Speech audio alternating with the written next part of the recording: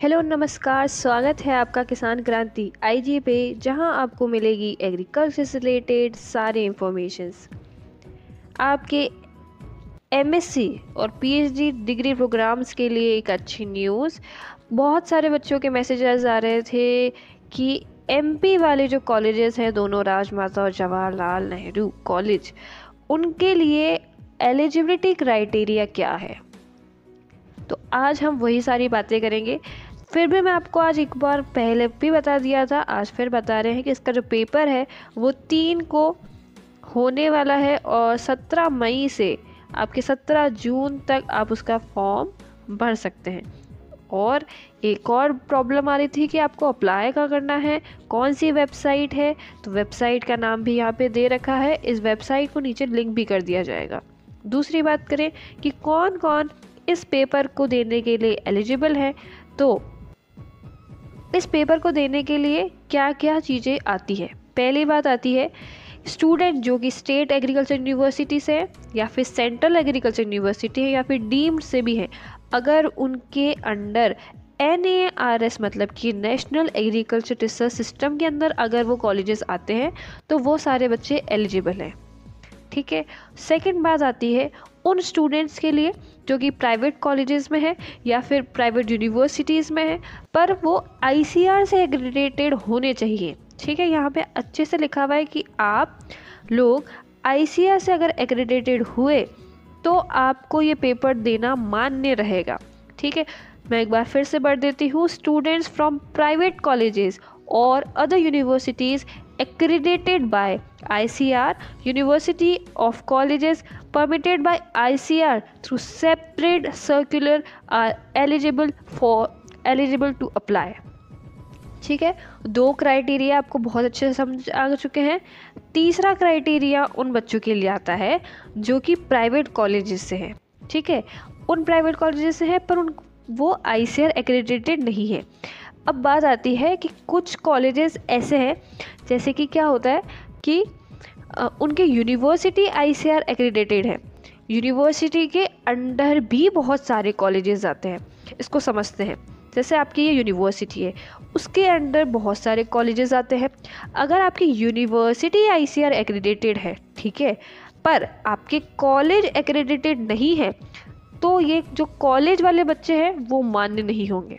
ठीक है, तो मैं क्या बोलना चाह रही हूँ कि मतलब यूनिवर्सिटी वाले बच्चे जो ICAR एक्रेडिटेड है वो इस पेपर को दे सकते हैं, बट उनके अंडर जो कॉलेजेस आते हैं वो ICAR एक्रेडिटेड नहीं है। पर्सनली वो एक्रेडिटेड होने चाहिए। तो अगर ये वाले बच्चे हैं वो इस पेपर को देने के लिए एलिजिबल नहीं है। ठीक है, हाउएवर, पर अब अगर देखें इसमें भी इन्होंने एक चीज़ रखी है, यूनिवर्सिटी को हम ऊपर रखते हैं, इनका मैंने बता दिया ये एलिजिबल हैं। उसके नीचे कौन से आते हैं आपके दूसरे कॉलेजेस। ठीक है, उन कॉलेजेस के अंदर मैंने ये समझा कि ये वाला जो फर्स्ट थर्ड कॉलेज वाला है, ये कॉलेज अभी 2019 में खुला है। ठीक है, और आपने जो एडमिशन लिया था BSc एग्रीकल्चर में वो भी 2019 में ही लिया था। तो आप क्या हुए, फर्स्ट बैच हुए। वो जो फर्स्ट बैच है इस कॉलेज का जो पहले 2019 में ही शुरू हुआ है और आपने 2019 में ही इसमें एडमिशन लिया है, आपका फर्स्ट बैच है, वो वाले बच्चे एलिजिबल होंगे। भले वो ICAR से एक्रेडिटेड नहीं है फिर भी वो एलिजिबल होंगे। तो यहाँ पे मैं फिर से आपको और चीज़ें डिटेल में बता देती हूँ। क्या लिखा हुआ है, student belongs to private college not accredited by ICAR। ऐसे कॉलेजेस जो प्राइवेट कॉलेज है पर ICAR से एक्रेडिटेड नहीं है, but affiliated to university accredited by ICAR, पर उनकी यूनिवर्सिटी ICAR से एक्रेडिटेड है, वो बच्चे एलिजिबल नहीं है। बात समझ आ गई? मैंने यू ऊपर बनाया था, नीचे आपको कॉलेजेस दिखाए थे। यूनिवर्सिटी एक्रेडिटेड है मतलब बच्चे भी जा सकते हैं। कॉलेज के लिए उसका एक्रेडिटेशन पर्सनली होना चाहिए, नहीं तो वो बच्चे एप्लीकेबल नहीं है। फिर बाद में इसमें एक और चीज़ उन्होंने दी है कि फर्स्ट बैच, कौन से वाले बच्चे, फर्स्ट बैच के बच्चे, first batch pass out appearing student of a graduate और PG exams agriculture allied sciences colleges which have not been accredited by ICAR। ऐसे बच्चे जो फर्स्ट बैच में आते हैं पर ICAR से एक्रेडिटेड नहीं है, वो बच्चे क्या कर सकते हैं, shall be attempt from the requirement of ICAR accreditation for appearing in seeking admission through the joint entrance examination 2023-24। तो आप ये वाला जो पेपर है दे सकते हैं अगर आपका फर्स्ट बैच है उस कॉलेज के अंदर, ठीक है। तो फर्स्ट बैच कॉलेज वाले अंदर है, अगर आप पोस्ट ग्रेजुएट कर सकते हैं आप, उसके आगे आप बच्चे जो हैं वो पीजी और आपके पीएचडी प्रोग्राम के लिए एलिजिबल हैं। ये 3 क्राइटेरिया हैं जो आपको अच्छे से समझाए हैं अभी। उन तीनों क्राइटेरिया के अंदर अगर आप आते हैं तो पेपर दीजिए, बिल्कुल कोई पेपर छोड़ने की ज़रूरत नहीं है। एमपी के जो दोनों कॉलेजेस में they are best colleges from my side, because क्योंकि यार इतनी सारी आपको सीटें मिल जाती है। Can you see the seats which are available in these MP colleges. So I show you the number of seats they have shown।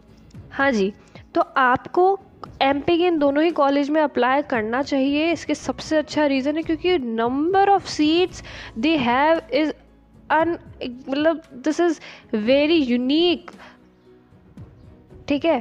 Number of colleges अगर आप देखिए यार, एग्रोनॉमी के अंदर इन्होंने 15 सीट्स फ्री, 11 सीट्स पेमेंट पे दे रखी है। नंबर ऑफ दोनों में पीएचडी में भी जाकर देखें तो 2-2 सीट्स है। Total seats they have one it's 144 and 128। तो फॉर्म भरिए, एलिजिबल क्राइटेरिया के अंदर अगर आते हैं तो भरिए, बिल्कुल आपको वहाँ पे जाके कोई प्रॉब्लम नहीं होगी। फिर भी अगर कोई डाउट है कि एलिजिबल है या नहीं है, इस चक्कर में मत रहना, एक बार फॉर्म तो भर दीजिए, ठीक है। फिर अगर आपका हो जाता है और फिर उनके क्राइटेरिया वो मैच कर ही लेंगे जब आप उनके कॉलेजेस में जाएंगे, पेपर दीजिए, ठीक है। तो अब एलिजिबिलिटी क्राइटेरिया मैंने आपको पूरा अच्छे से एक्सप्लेन कर दिया है, सारी चीज़ें बता दी है, भरिए पेपर, ठीक है। इसके अंदर आपको लिंक की बहुत प्रॉब्लम आ रही थी, इस पेपर को कैसे कहाँ से अप्लाई करना है, उसकी जो लिंक है दोनों ही कॉलेजेस की, वो लिंक मैं आपको डिस्क्रिप्शन बॉक्स में दे दी हूँ, आप उसमें जाके देखिए, फॉर्म भरिए। Thank you so much.